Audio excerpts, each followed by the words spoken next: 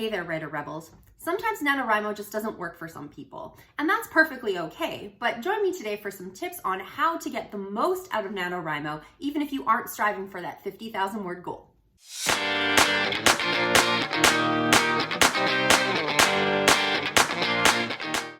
Hey there everyone, it's me, Scarlett Kol, young adult author, YouTuber, and storyteller, and I am back again on Thursday to talk about writing and publishing. This week we are going to talk about being a Nanowrimo rebel, but before we jump into that, I just wanted to welcome back anybody who's ever been to my channel before and is checking out my videos. I really appreciate everybody coming out and commenting and checking out all of my content. It seems that I'm getting a little bit more traffic these days, so there's definitely some new people out there that have been checking out my videos, and I really appreciate you spending that time and coming back and wanting to hang out with me.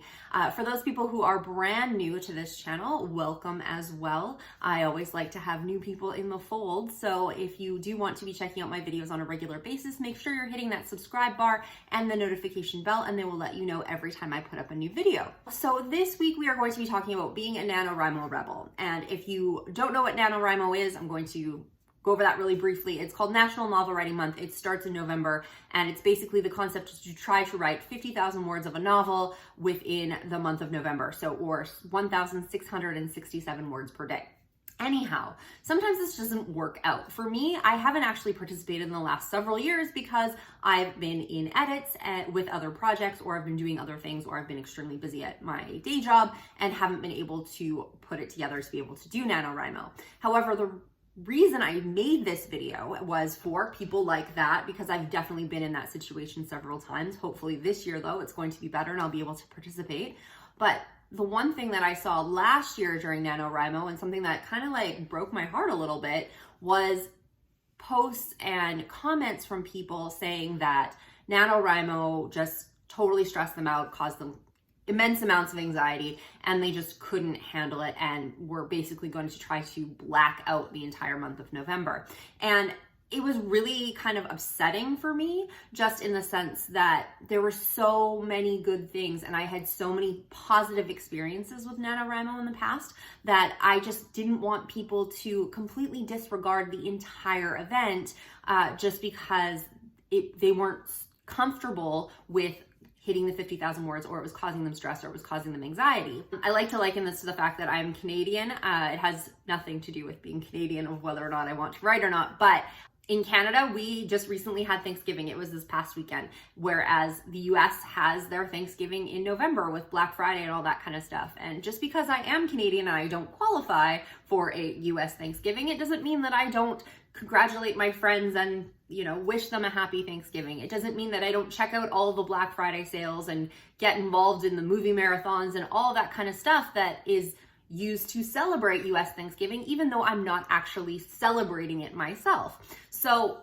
you can definitely be involved in Nanowrimo and enjoy some of the things that come along with that month of the year without actually participating in the actual event. Or there's different ways that you can participate in the event without actually trying to hit that 50,000 word goal if that isn't something that you are interested in or capable of in whatever your circumstances are in your life.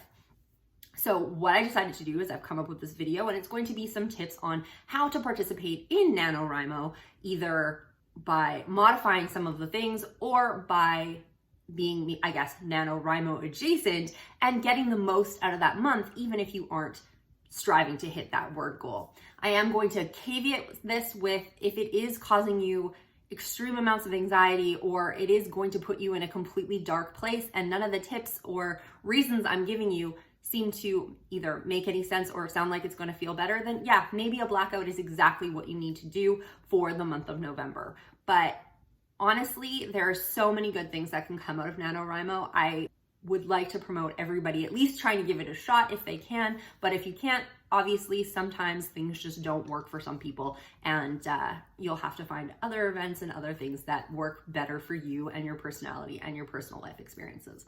All right, so let's get into the tips of why and how you can participate in Nanowrimo without actually doing Nanowrimo.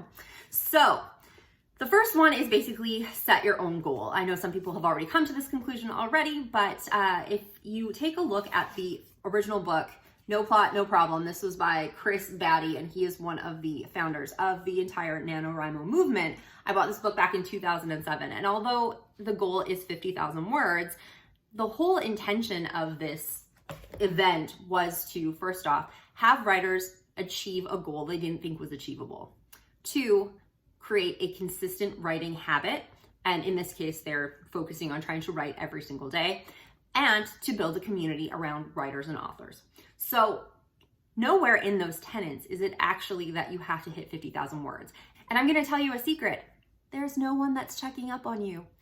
The only way to actually prove that you've won NaNoWriMo is to use their word checker at the end of the month or as soon as it becomes live. And you can actually just sit there and write, "I love my mom," a whole bunch of times and submit it. As long as there's 50,000 words in there, you'll get your certificate. There is no NaNoWriMo police out there telling you what you have to do or what the rules are and whether or not you're breaking them. So why not? This is an area of your life where you can absolutely make your own rules, break the ones that are already established, and do what's right for you. So if 50,000 words seems to be an impossible goal with your day job and your children and all the other things you have to do, or, you know, your mental health space or whatever, don't.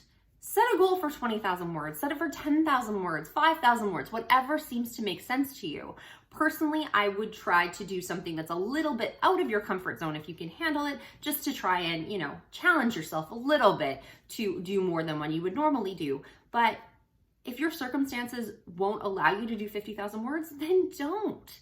Just do what you're comfortable with and make that your goal for the entire month. If it's the word count part that's stressing you out, don't make it about word count. Make it about showing up for your writing. One of the tenets, like I said, is about creating a consistent writing schedule. So if that's writing every day and that's something that you want to do, give yourself a check mark for every single day that you sit down to write, whether it's 10 minutes, whether it's 10 hours, whatever you do. If you show up to write that day, it counts. If you can't write every day, or you know you're not an everyday writer, I know I'm not. If I've been writing consistently, I usually need a day off or a couple of days off in between. So maybe you are, okay, I want to write 4 days this week.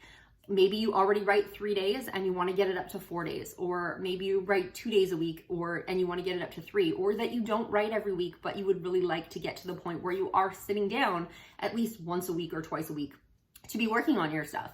Then set that as your goal, that you're going to show up for your writing on those days. Maybe you can set it up as word sprints. This is the experiment that I'm planning to try for NaNoWriMo. Instead of focusing on word count, I'm going to focus on sitting down and getting my word sprints in. Whether that gets me to my word goal for the day or whether it doesn't matter to me. It's going to be, did I sit down, did I write, and did I get through the 3 or 4 word sprints that I'd planned for the day? If I did, it's a win. So you can always modify that goal. It doesn't have to be 50,000 words. It doesn't have to be words at all. It can just be working on your writing. And if you're at a point where you're editing and you still kind of want to participate, you could do this as, I'm going to edit 10 pages today. I'm going to edit 50,000 words, whatever that happens to be. You can always make it your own and make it something that's going to be good for you. The whole point is to challenge yourself, create a consistent writing habit, and to be involved with all of the other NaNoWriMo stuff that's going on. So even if you think the 50,000 goal is way out there for you, then change it up, make it something that makes sense for you, and don't worry about it. No one's going to tell. My second suggestion is to gorge yourself on the buffet of writing knowledge. Okay, so NaNoWriMo is like this cataclysmic clash of all the writers and authors and writing advice that you've ever seen out there, all coming together in like pretty much 1 month. There are writers that write 50,000 words or more every single month, but they will just show up out of the woodwork for NaNoWriMo because they've had good experiences with the past and they want to, you know, help other writers or be involved with all of that community. There's going to be a ton of videos on YouTube. Even authortubers that don't post consistently will probably make sure that they're going to have a ton of videos up during that month of November. You are going to see forums for National Novel Writing Month. They have their own forums on their website, nanowrimo.org. There are going to be various different groups that are going to come together. There's going to be Discord servers, all this kind of stuff talking exclusively about writing. There is no other point in the year where you are going to be able to find the amount of writing advice and knowledge that you will be able to find during the month of November. So even if you aren't planning on writing, get involved in some of these groups. See what's out there. If you've ever had a question just burrowing in the back of your brain, this is the time to do that, because you have writers of every stage that are getting involved in this event. So, you're going to see questions on some of these forums and various different things that were going to seem probably pretty basic to you if you've been writing for a long time. This is that time to maybe ask that question that you've always kind of felt a little shy asking about. There's also going to be a ton of information for you to just consume if that's what you want to do. If you can't write because of whatever circumstance it is, or you're working on something else that just doesn't fit in with that timeline, then that doesn't mean that you can't use some of your free time to learn more about your craft. There are going to be a ton of writers that are going to be out there teaching you about various different things. There's going to be people talking about writing horror and romance and sci-fi. Learn from them. You have this opportunity at this open door where all of these people just want to talk about writing. And I don't know about you, but I think a lot of writers really like to talk about writing. So if that's you, you can definitely check out the stuff that's there that you can use in other parts of the year. People are going to use like word count trackers. I've seen downloads for how to plan your novel, how to plot your novel. Those are very useful in February if this is not the time of year that you want to be doing this, or if you want to spread out 50,000 words over 3 months. You can still use a lot of those tools that are going to show up in November throughout the rest of the year. There's knowledge that you're going to be able to use throughout the rest of your career that you can accumulate during November. So even if you aren't planning to write anything, my suggestion would be to sit back like an archaeologist and just dig up all the information you can. Write it down in a Google Doc or Google Sheet for later if you aren't ready to like deal with it or process it. Save those blog posts. Tag those YouTube videos that you want to watch a little bit later, or watch them while you're working on something else. Write down those things that are useful and that you can use a little bit later when you have time to go through them and process them and see what's useful for you and what's not useful for you, because not all writing advice is useful for every single writer because everyone is different. But this is the perfect time to collect as much information as you possibly can, and it's all free. You're not going to have to be paying for courses or doing anything like that. People are just offering all of this stuff up. If you have questions, if you have anything that you want to know, this is the time to ask it. This is the time to check it out. And my third suggestion about Nanowrimo is to get involved in the community. Obviously, it's going to be a very different year this year with the current pandemic situation. So most of the stuff is going to be online, but typically during Nanowrimo, you're going to see a lot of live events, and some places are still going to have them. They're just going to be socially distanced or whatever.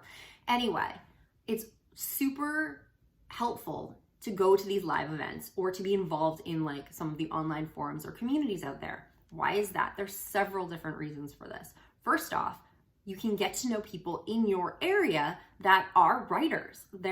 Writers are pretty solitary, so there's a lot of times where you don't even know what writers live in your town or your city or around you at all. And this can be very useful through other times of the year. These are people that you could meet with or maybe start writing groups with through the rest of the year.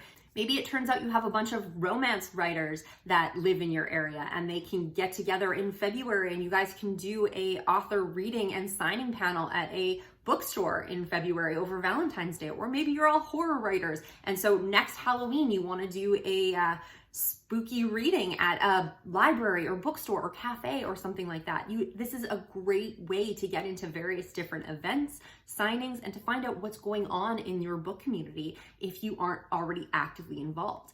These are people that could be critique partners for you. Even when you get involved in online forums, you can meet people that are great critique partners. But if there's somebody that's physically present that you could actually like go for coffee with one time to discuss your manuscript or to bounce ideas off of or to read your stuff, or you could read theirs.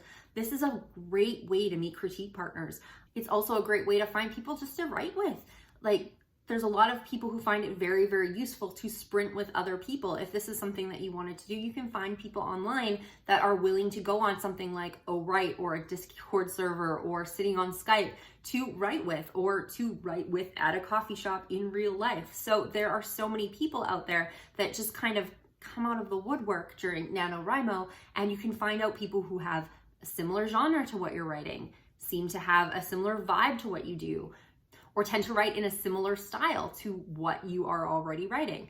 These are people that could be invaluable connections. I've always said several times that I think it's super, super important to have writer friends in your personal community, because there are people who will understand the various, life cycle of an author and some of the things that you go through that other people in your life just aren't going to understand, such as reviews and how edits work and various different things, and the hours and hours and hours that we put into our novels without any sort of safety net of knowing whether or not it's going to be published if we're going the traditional route, or whether it's going to be any good, or what we're doing. So having writer friends, I think, is one of the most important things for people to build up for their author careers, whether they be online friends that you don't necessarily see all the time, if ever, or in-person friends if that works out better for you. But knowing what's going on in the book community in your particular place that you live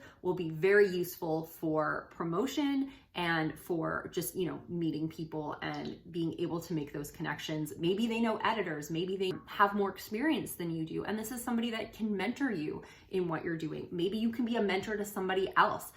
I don't talk about this very openly on my channel, but I think it's pretty obvious that I'm very big on supporting other authors and making sure that, we're helping people along the way. I'm not going to say that the jealousy bug doesn't bite me periodically, because if I did, I would be completely lying.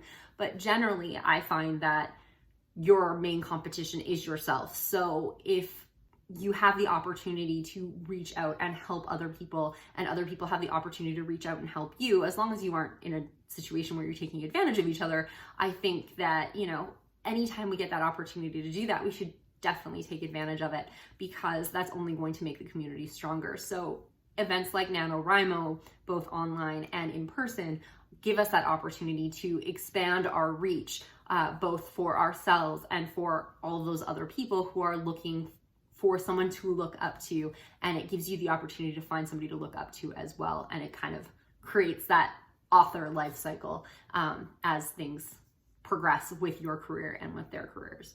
However, I do know one of the things that will hold people back with doing events or online forums is the fact that there is a lot of focus on word count and productivity. This can be very frustrating, and unfortunately, that's just kind of how things work when you put yourself out there to get to know other people.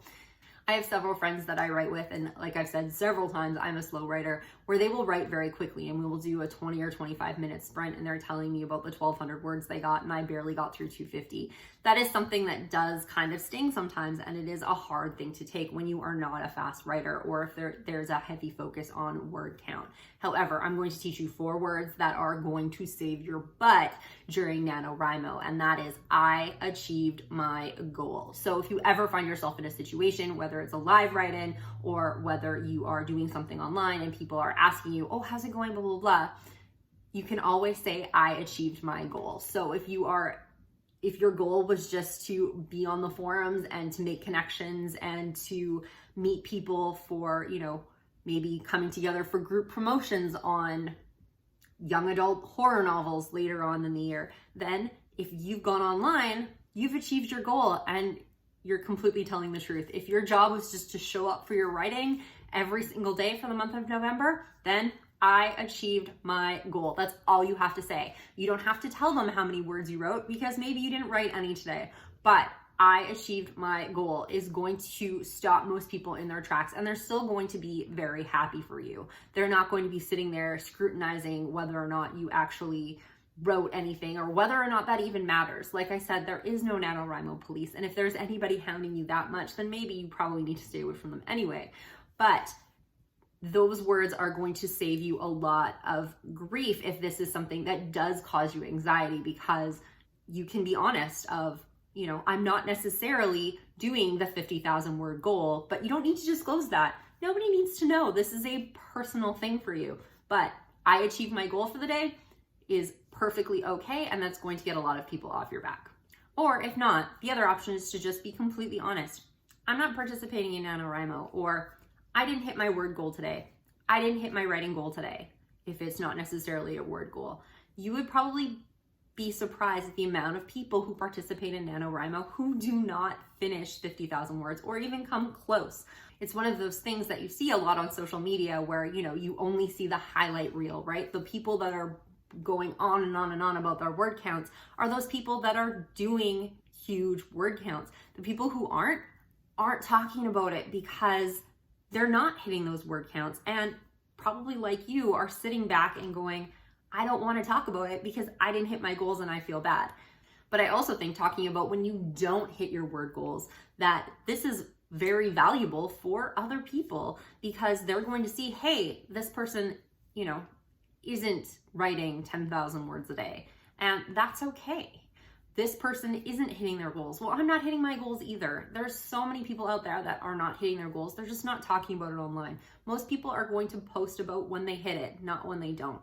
So even if you don't see people out there saying, I didn't do this, I gave up halfway through the month, I quit, people aren't going to post about that, but they're there. There's tons of people out there. There are probably way more that quit or don't finish or try really hard and just don't hit that goal than the ones that actually succeed. So hopefully some of these ideas will encourage you to at least not throw the baby out with the bathwater when it comes to Nanowrimo. I know it can be a little bit stressful when you see some people just skyrocketing in their word counts and doing absolutely awesome, but it doesn't mean that it can't be something positive for you. The entire purpose of Nanowrimo is to, push people a little bit out of their comfort zone to achieve a goal that they didn't think they could achieve, to create consistent writing habits, and to create a community around writers and authors. So you can definitely do those kinds of things without stressing about that 50,000 word finish line, because that doesn't necessarily need to be the finish line for you to achieve all of those other goals. So just as a quick recap, 1, set your own goal in terms that make sense to you. It doesn't have to be word count. It can just be showing up or anything like that. Figure out what you want to do with your writing career, what you want to get better at, and shape a goal around that in terms that make sense.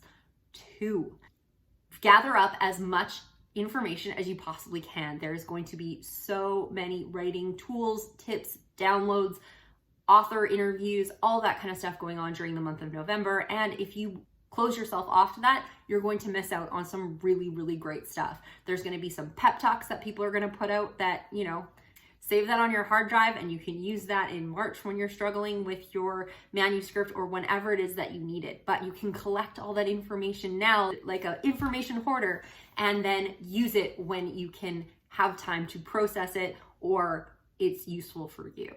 And 3, engage in the community. It's super, super important to meet other writers where you live, online, get you those critique partners, find opportunities for promotion, and make sure that you are cheerleading for other authors out there.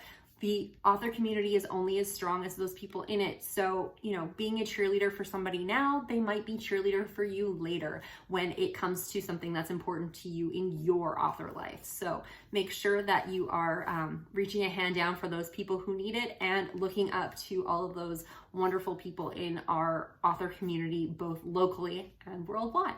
All right, so that's all I've got for now, and I will be back next Thursday with another video about writing and publishing. If you would like to hear more from me, make sure you're hitting that subscription bar and the notification bell. It's an easy peasy little process, and it takes virtually seconds for them to let you know when I release new videos. Also, if you did like this video, make sure you're hitting a thumbs up so you can tell YouTube that this is something worth watching. I also have several other videos on this channel, so if you want to take a browse around, I'd also really appreciate it. Thank you so much for watching, and I will see you next week.